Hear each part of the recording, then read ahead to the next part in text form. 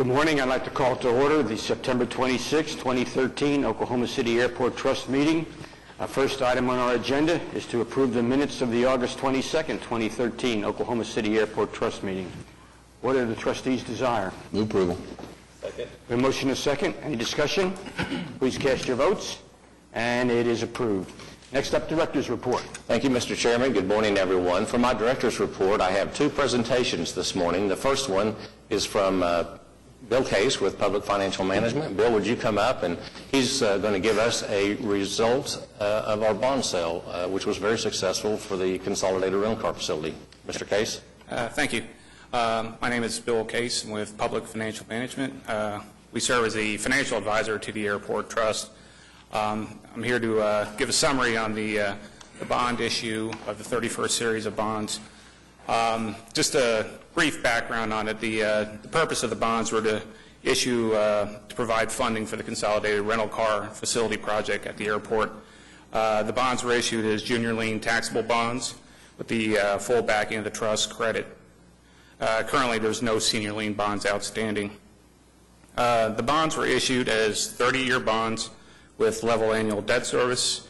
The bonds are callable at par amount in 10 years. The current ratings on the bonds are, with Standard & Poor's, the rating was affirmed at A+.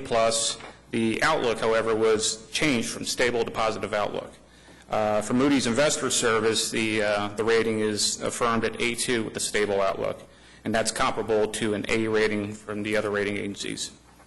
The underwriting team on the transaction was Citigroup as the senior underwriter and Bank of Oklahoma and Wells Nelson as the co-managers. Next slide has the results of the bond sale. The bonds were sold 2 weeks ago on September 12th. The transaction closed yesterday, and the par amount of bonds is $39,615,000. The true interest cost on the transaction was 6.48%. The bonds will have maturities starting in 2015 and will run to the final maturity of 2043, with interest rates ranging from 0.99% to 6.86%. The approximate annual debt service level on these bonds will be $3,055,000. The next slide here shows a graphic depiction of the Trust's overall GARB debt service. The dark orange is the existing junior lien debt service prior to this bond issue, and then the gold is the junior lien 31st series. So as you can see, there will be debt service levels of approximately $12 million overall, and then drops down considerably after 2021. And in conclusion, the annual debt service levels are consistent with the preliminary projections we've had throughout this putting together this rental car program. The customer facility charge revenues are projected to pay the debt service and provide coverage. Gross debt service coverage and net debt service coverage from trust revenues that includes customer facility charge revenues are projected to be above 5 times and 2.5 times respectively. That's very strong in the airport industry. And in conclusion, the bond financing is affordable and will allow the trust to maintain the borrowing capacity for future airport capital improvements. That concludes my presentation. Is there any questions? Thank you, Bill. You're welcome. Appreciate it very much. Next, I'd ask Kevin Donovan to come forward for our second presentation. Kevin is the Federal Security Director for the Transportation Security Administration at Will Rogers World Airport. He wants to talk a little bit about a new initiative that TSA has that will hopefully get passengers through the checkpoints much quicker. Kevin? Thanks, Mark. Very happy to come to the Trust meeting and talk to you about a program we're really excited about, rolling out nationally, but coming to Oklahoma City too. So just want to cover some, at a high level, what this program's about. But the bottom line is that it's going to get our customers through the checkpoints quicker, a little less hassle, but maintaining the same level of security. Go ahead, first slide. What's pre-check? Basically expedited screening. We presume now the shift has changed, presume that folks coming through the airport are not bad people, that they're good people. There's a little bit of a paradigm shift for TSA, but based on that, we make that assumption, and with that assumption, we are allowed to do some other things to expedite your screening experience. Shoes can stay on, light clothing can stay on, laptops in the bag can remain in the bag. 311, you remember the liquid restrictions, that bag can stay in your carry-on, your belts can stay on, the x-ray screening is going to be expedited. So because of this presumption and the work that we do before passengers come to the airport to pre-screen people, knowing that most folks are okay and we want to vet you before you get to the airport. Once you get to the airport, we know you're okay. This is your screening experience going forward if you're a part of the pre-check program. As it says on the slide, expedited screening, going to speed passengers through, fewer inconveniences, and your screening experience is going to be enhanced without a compromise to security. Caution everybody, if you're part of the pre-check program, randomly, we're going to exclude you from pre-check lanes, just to keep the bad guys on their toes. So if you're a member of this pre-check population, 10% of the time, 20% of the time, we will exclude you from those pre-check lanes just to keep some randomness built into the system. Who's included? Right now, the program is limited to people who have been invited by the airlines. The airlines have premium passengers who fly a lot, and those folks have been invited to be included in the pre-check population. There's also a program that Customs and Border Protection runs called Global Entry. If you pay $100, go down to Dallas, submit some information about yourself, you get a card. And you also get a frequent traveler number so that when you make a reservation, your boarding pass is going to be printed with some pre-check identification features. That's $100 through Global Entry program with CBP. However, that hasn't got us enough population to justify this program. So we're expanding the program. You'll be hearing about this shortly from Mr. Pistol, our administrator for TSA, in the next couple weeks. One of the things we're going to do, though, is have our own TSA program where you can sign up for pre-check. We will start putting out kiosks in the airport where you can sign up for pre-check, pay $85 for 5 years, and then you're a member of the pre-check population always. You will also see an initiative very soon in the press about how we will expand pre-check for dynamic assignment for an individual flight that you may be taking that day. I can't get into a lot of details on that, but we are going to expand that population, and you'll be hearing more about that soon when Mr. Pistol makes his announcement. The whole goal, the first two programs that you see on the slide there, doesn't give us enough population of pre-check people to make that program viable at Will Rogers. The second two programs will. But we're about to roll this thing out, and I'll give you more details on that in a second. You can see the goals that we have in TSA. We want 1/4 the people coming through our airport at Will Rogers eligible for this program. We want to expedite screening 25% of the population by the end of this year. So we got a long ways to go. Right now, with those first two programs, we're not even close to that. But the second two programs, we hope will get us very close to that. In fact, the numbers will, for Will Rogers, will actually take us over 25%, the numbers that we're seeing. By the end of 2014, 50% of the traveling public we hope to be make eligible for expedited screening through pre-check. Pre-check at Will Rogers, we're looking for mid-October to implement this program. I have firmer dates in my mind, but right now I will say not later than the 15th of October you will see pre-check at Will Rogers. Who participates right now? We have Delta, United, American, Southwest is coming on board. Southwest is huge for us at the airport. About a third, something like 30% to 33% of our customers are with Southwest, so we need to get Southwest on board with PreCheck, and they're coming on board this fall. We're going to conduct our PreCheck screening. Will be in the annex. Those familiar with the airport understand that. We have now, through Mark's work and the staff, have this annex screening lane. That annex will be dedicated for PreCheck. Anybody in the PreCheck program will go into the annex to get screened through the PreCheck experience. Initially at the East checkpoint, we will not have PreCheck. So you people that fly Delta a lot, you'll go to the Delta ticket counter. You'll have to go all the way to the West checkpoint, through the annex, and come all the way back to the Delta gates. That's the way we'll set it up initially. We'll expand it as we learn more about the program. We hope to bring PreCheck to the East checkpoint as well eventually. You'll see if you go to the airport that we're going to shift that queue around. Normally you come in on the left side there if you're a Premier passenger. We're going to switch that to the right so we can route traffic better to the annex. We hope to get those kiosks to sign folks up. This is going to be a great program. You'll see customer satisfaction will shoot up.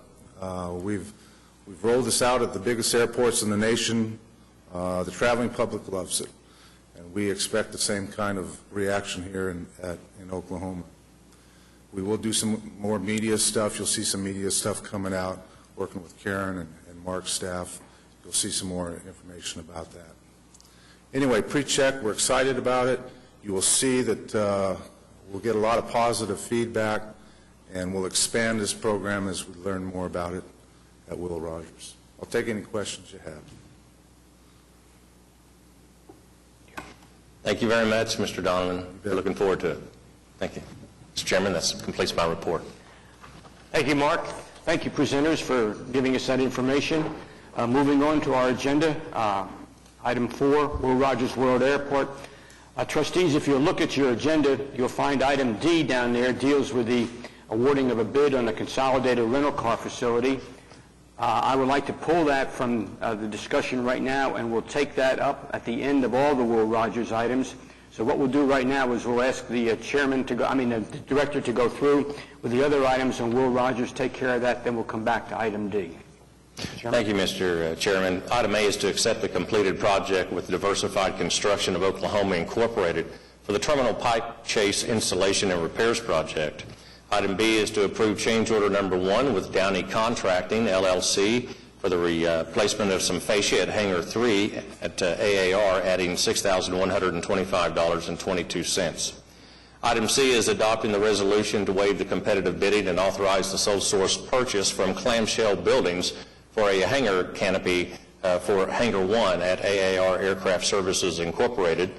Item E is to accept the consultant recommendation on the bids for the airfield generator replacement project, adopt the resolution to award after 30 days, awarding to Dane and Associates Electric Company for $516,700, approving the contract and bonds. Item F is to approve change order number 8 with Reyes Tech Incorporated. This is for our garage A and B repairs project, adding $2,356.15 and 7 calendar days. Item G is approving change order number 5 with Downey Contracting, LLC, for the Flight Standards Building Roof Replacement and Building Envelope Repairs Project at Mike Monroney Aeronautical Center, adding $2,141.60. Item H is receive the Selection Committee's recommendation of the Christopher Janey Fenham Arts as the artist for the Public Art Project for the Consolidated Rental Car Facility, and this will be subject to the Oklahoma City Arts Commission review, and also authorize the staff to negotiate a contract with Fenham Arts Incorporated. Item I is to adopt a resolution authorizing the purchase of asbestos remediation services from Intercon Services Incorporated, utilizing the city contract. Before we vote, I do have Karen, who's ready to give a presentation this morning on the public art project for the Consolidated Rental Car Facility, so I'd like her to share that with us at this point, and then we'll vote on the items. Thank you. Thanks, Mark. I appreciate it. I'm glad to bring everybody up to speed on this project because it's actually one of the, I think it is the first opportunity that the department and the trust has been able to take advantage of the 1% of construction costs for public art, so we're very excited about it. I'll try to get through it quickly. I know we've got a tight agenda today. Just a little background. In April, the Trust approved our call for artists. We had a budget of $120,000. Airport staff got with the Office of Arts and Cultural Affairs, a.k.a. Robbie Kenzel, who did an awesome job in working with us, and her staff coordinated and facilitated the selection process. We felt really good about putting together a great selection committee that pretty much represented all of the stakeholders in this project. You can see from the list. I'm not going to go through each person.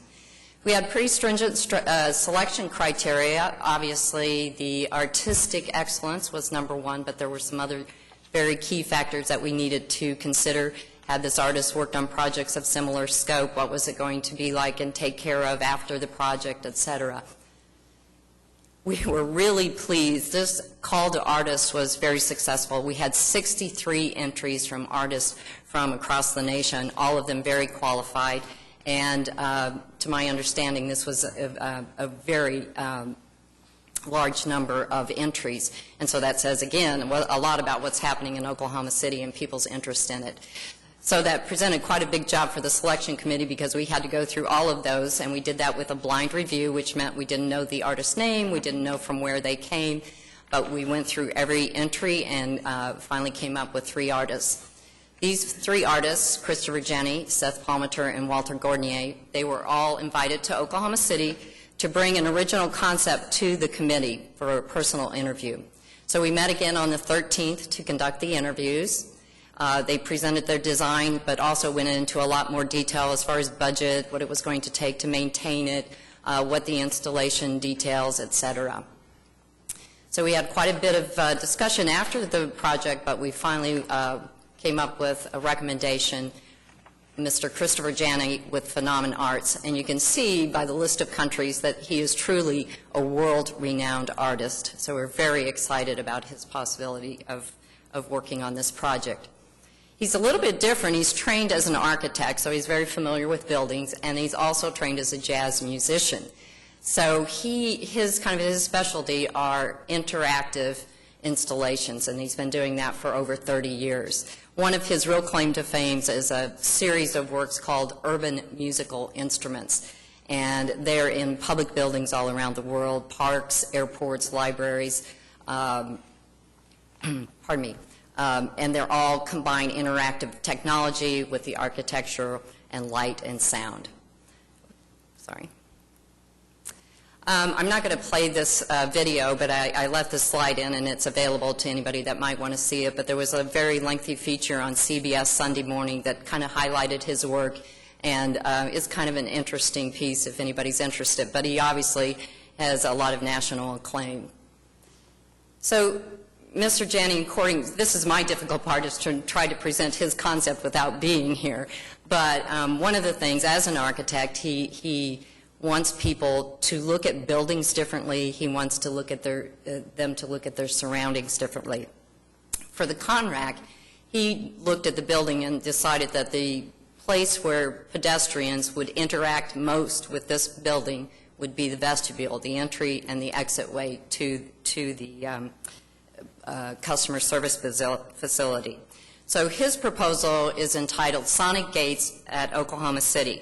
And in his words, it will be an immersive, interactive, light and sound environment in the vestibule. And the components include a combination of light, color, and sound. So this drawing here represents the glass in the sliding doors of the vestibule that open and close. And right now, the way we have it designed, it's pretty typical with clear glass. Well, each of those panes of glass would be replaced with colored, brightly vibrant colored pieces of glass. The lighting would also be replaced with LED lighting, which could be controlled with different colors. And then also, you also have just the natural lighting, whether it's morning, dawn, afternoon, or nighttime. And the effect of all of this, with the doors opening and closing, you just kind of have this constant changing of colors. And I can't remember the exact number he gave us. I want to say something like 7,000 or something colors, because it makes so many different creations. But the bottom line is when you're walking through this space, it's like walking through an environmental painting. So in addition to that, you add sound effects that go with this. And there will be audio composition that will include music, native sounds, and in some cases some narratives. And I have an example here in the next slide. He'll have to conduct a lot of research to make sure he represents Oklahoma City and Oklahoma accurately. We had a discussion with him about getting with Bob Blackburn with the Oklahoma History Center to kind of do this research. And similar to the light and glass, the sounds will be ever-changing as you move through this space. So this is just kind of a rendering of what it would look like, and here, I can't get the sound from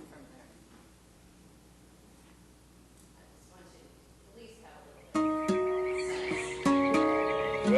Now this is actually just an example of something we put together for a presentation.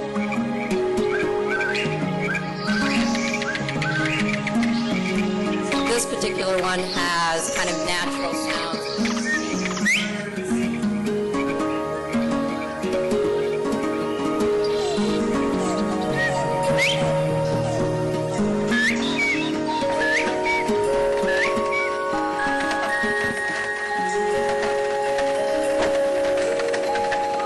Or it could actually be a vignette or with a narrative.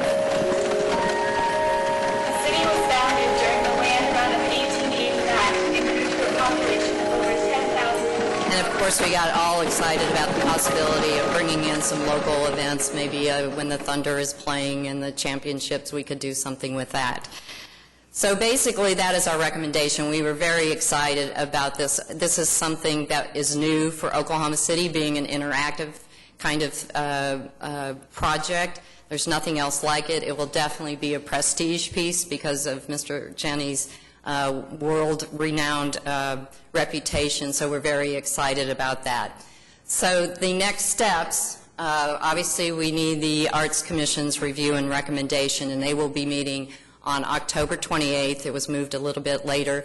After that, depending on if their recommendation agrees with ours, we will bring a contract to the trust in November trust, and the artist will begin working right away, and we anticipate that it will be ready to go when the contract opens in 2015. Any questions? I fortunately have two other members of the selection committee that can help me support any answers. So. Thanks, Karen. Thanks. Appreciate all the participants on the committee, and looking forward to the project at its end so we can fully experience it. Mr. Chairman, I request that you approve all the Will Rogers items with the exception of D at this time. Okay, you've heard the items with the exception of item D. What do the trustees desire? Questions or action? We have a motion and a second. Any discussion? Please cast your votes. And it is so ordered. Next up, item D. Thank you. Item D is to ratify the action of the director and approve addendas 1, 2, and 3 for the consolidated rental car facility project, accept the recommendation regarding the bids, and award the contract for the base bid and alternates 1, 2, and 3 to Manhattan Construction Company for $30,910,876. Also directing Manhattan Construction Company to return the executed contract and necessary bonds and insurance in accordance with the project manual within 10 calendar days, and we will approve the contract and bonds subject to receipt and subsequent approval by the Municipal Counselor's Office and the execution of the documents by the chairman and the secretary. I understand that Manhattan does have a representative here this morning, so not sure who's going to do that. Mr. Arrear, please come forward. Do you have any further comments at this time that you'd like to make? No, not at this time. All right, then the chair would invite Mr. Lear to come forward. If you would give us your name and address for the record and make your presentation, sir. Thank you for coming. My name is Mark O'Rear. I'm with Manhattan Construction, 5201 South 122nd. Good morning. As again, my name is Mark O'Rear with Manhattan Construction Company, and I manage our operations here in Oklahoma City, and I thank you for the opportunity to speak with you this morning regarding our bid for the rental car facility. On September 4th, we submitted a base bid of $28,876,000, which is clearly indicated in our numerals and is further supported by our detailed bid breakdown. On the same date following the bid opening, the clerk posted the summary of the project bids, which also acknowledges this bid amount. Combined with all of the accepted alternates, Manhattan's bid is approximately $19,000 lower than the nearest bid submitted. A few days after the bid opening, much to our surprise, Manhattan was notified that we had omitted the word "thousand" in the designated location on the bid form. This was obviously inadvertent and a result of the last-second rush and the lack of space on the bid form. On September 13th, Manhattan received notice from the Department of Airports recommending that Manhattan Construction be awarded the contract with a base value of $28,876. That's approximately $875,000 lower than our submitted base bid amount. This is going to cause Manhattan to take the job at a substantial loss. As our numbers clearly show, our intended base bid of $28,876,000 and the bids further supported by detailed bid breakdown, which we'll go through here in a minute. We're here to request that the trust honors our low bid at $28,876,000 and award the contract on that base bid amount. Once again, I appreciate the opportunity to present, and we'll run through a few slides real quick. As I said, the issue, Manhattan's total base bid as submitted was $28,876,000. That bid is the low bid. The trust is being advised to award the contract to Manhattan based on the incorrectly reported total of $28,876. Okay, we're going to have to jump around here a little bit, and I apologize for that. If you could jump to slide number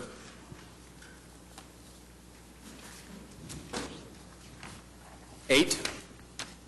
Can you do that for me? Or do I need to do it?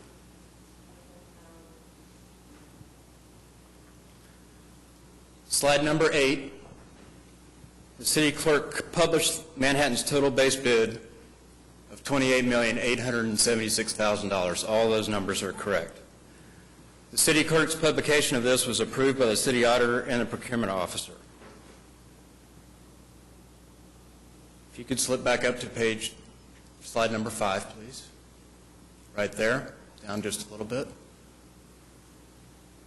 The total base bid of $28,876,000 immediately follows the written, which you can see where the 1,000 was omitted, but our numbers are clearly $28,876,000. Slide down just a little bit more to show the detail that supports those numbers add up to the $28,876,000 number. By definition on the bid form, this base bid, back up to the $28 million, up just a little bit, they're right there. Base bid, by definition of the bid form, this base bid can be no less than the 10 items below, and this is the case of our bid at $28,876,000. As I stated before, the word "thousand" is omitted in the total base bid because the form didn't provide space. In the last-minute rush before the 2 o'clock deadline, the word got omitted. On slide number 9, page number 9, right up just a little bit, our bid was received with no apparent defects, and all parties acknowledged that our total base bid was to be $28,876,000.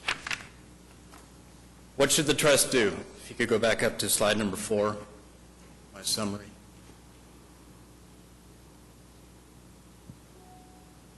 The only reasonable interpretation of our bid is the $28,876,000 number.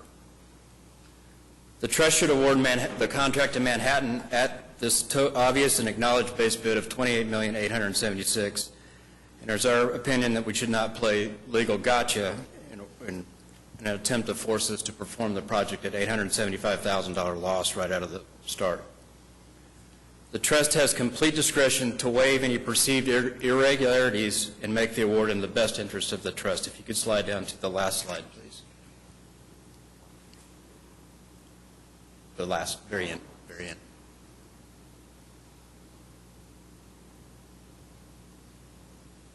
One more. Right there. There you go. As you can see, the trust has the discretion to waive these irregularities. Our bid is the low bid. We're not seeking special treatment to secure the contract, and we ask the trust to exercise some common sense and fair play in this matter. And I thank you for your time. Thank you, sir. Mark. Thank you, Mr. O'Rear. Just This project was a lump sum bid, and it was clear that the bid would be awarded on the base bid and the selected alternates, and the trust reserves the right to accept the base bid and any of the alternates or none of the alternates or some of the alternates. We had very good bids on this project. Appreciate the bidders sharpening their pencil. We had a very tight grouping, so we're very pleased with the bids that we received. We did have some differences with bidders regarding the numbers and their written equivalent being the same. We had to go to the project manual, which provides the rules when these discrepancies exist. And the rules are that the written takes precedence or has control over the numerical numbers. And so we evaluated the bids on that basis throughout with regard to the base bid and the alternates. And that's the bid tab that you have before you today, and that's the amount that we determined to be Manhattan's bid. That's how it shook out, and that's how our recommendation is before you this morning. And I don't know if the municipal councilor has any additional comments, but those are my comments, and we are still recommending the award. Mr. Chairman, I'd like to make a comment and then ask Jamie a question. Manhattan has advanced several, well, first let me just say Manhattan's a great contractor and a great corporate citizen and very involved with us in many things we do in Oklahoma City and in the state, and so wonderful people, and done a lot of work for the city and a lot of people in the city and state. They basically made three arguments. One is that if you look at the sum of our numbers down below, it adds up to $28,876,000. And they do, or I'm taking that as true. But if we were to take that logic, then Atlas would be the low bidder, because Atlas's sub-numbers added up. Atlas made a mistake on their numbers and on their words. But if we just add the numbers down below, Atlas would be the low bidder. So, secondly, they've made the statement several times where there wasn't enough room on the line, so that justifies leaving the word 1,000 off. Well, they went down below the line with the word 6, and so I don't think that holds water. But third is, I want to ask Jamie to read a statement from the terms, because I think it leaves us no choice. Jamie, what I had you read me a while ago. Yes, in sections, I rarely have to speak, so I didn't have my microphone. Not that I probably need a microphone.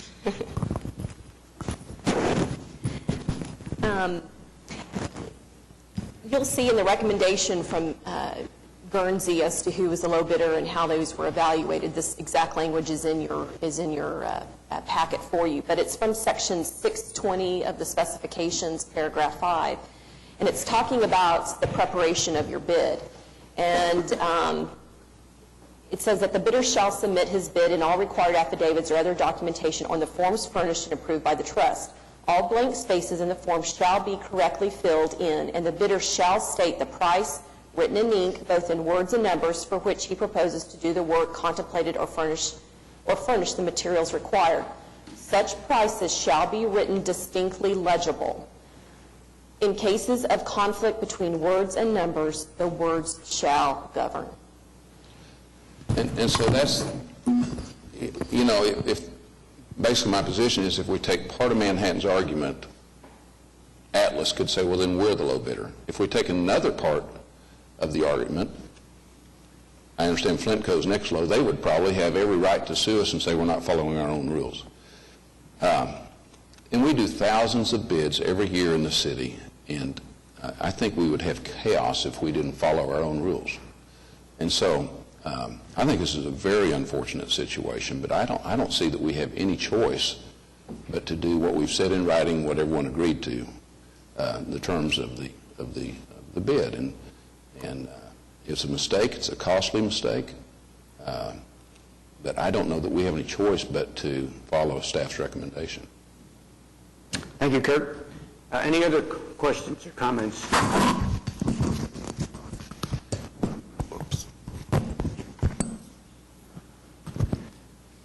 Mr. Chairman, I would probably echo many of Mr. Vice Chairman's comments.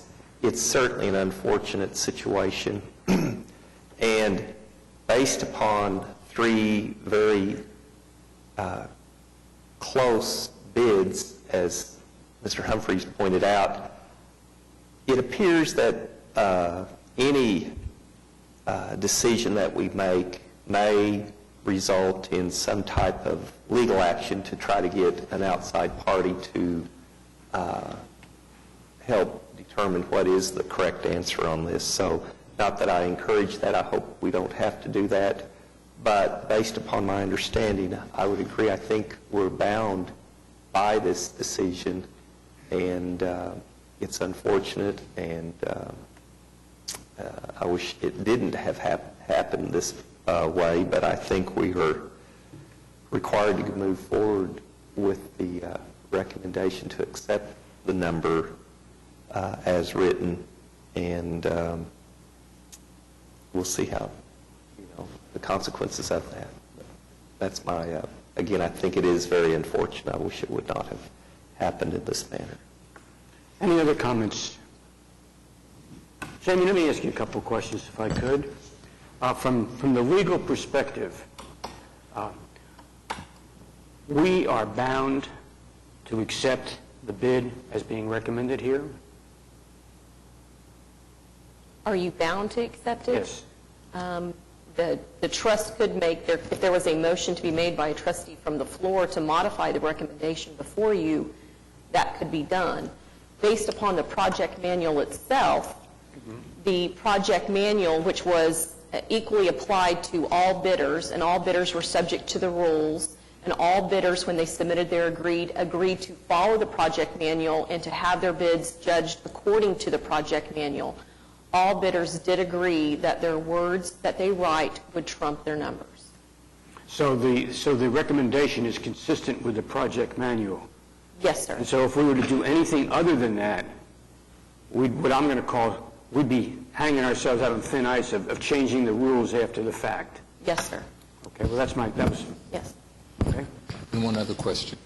Have we in the past ever amended rules like that?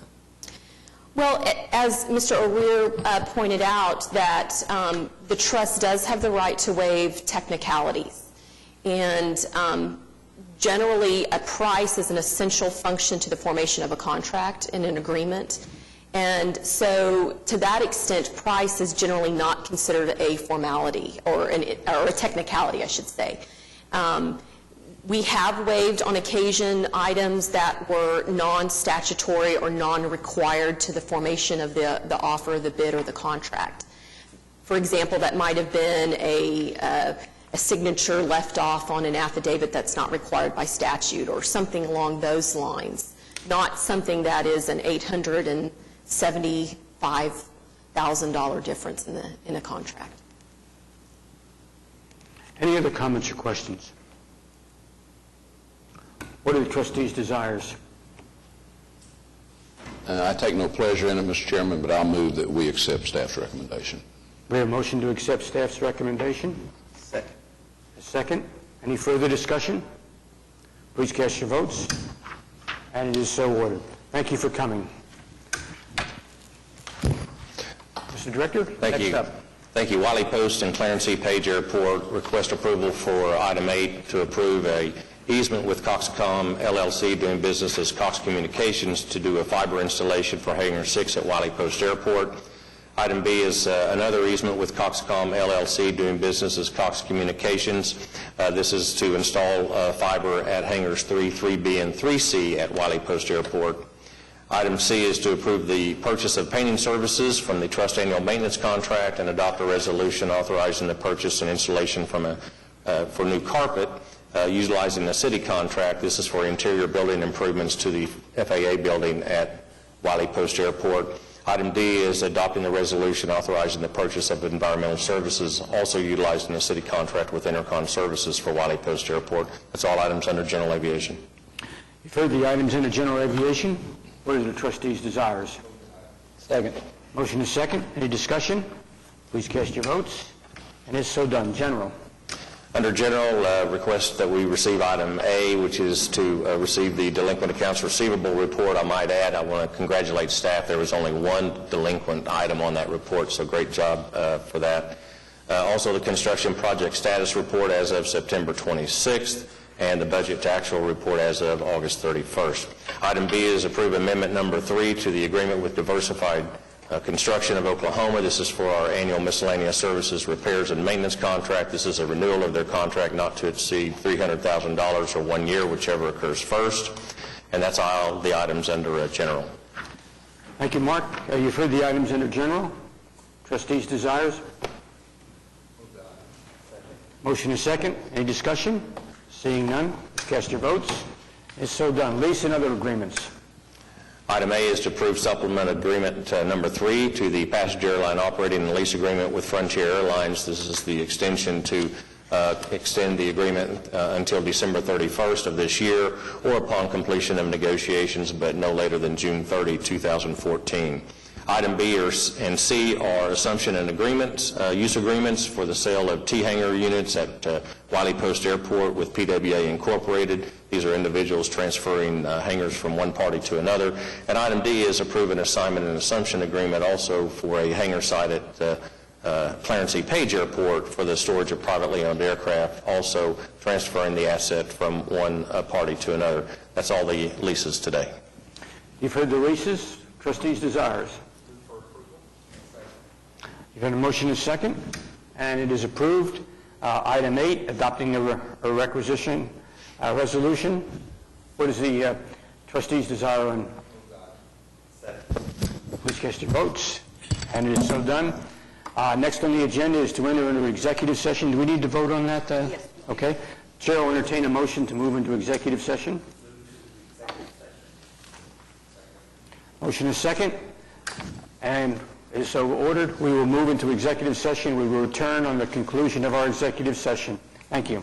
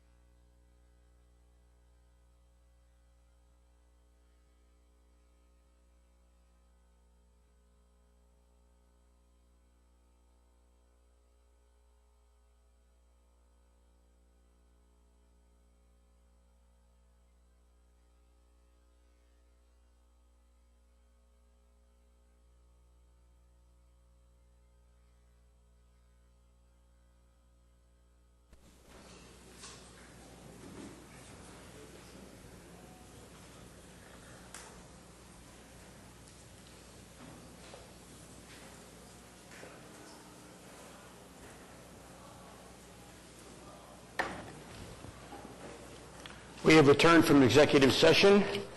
We are now ready for item 10, comments from trustees. Any comments from trustees? Seeing none, any comments from staff? Seeing none, any comments from citizens? Seeing none, we are adjourned.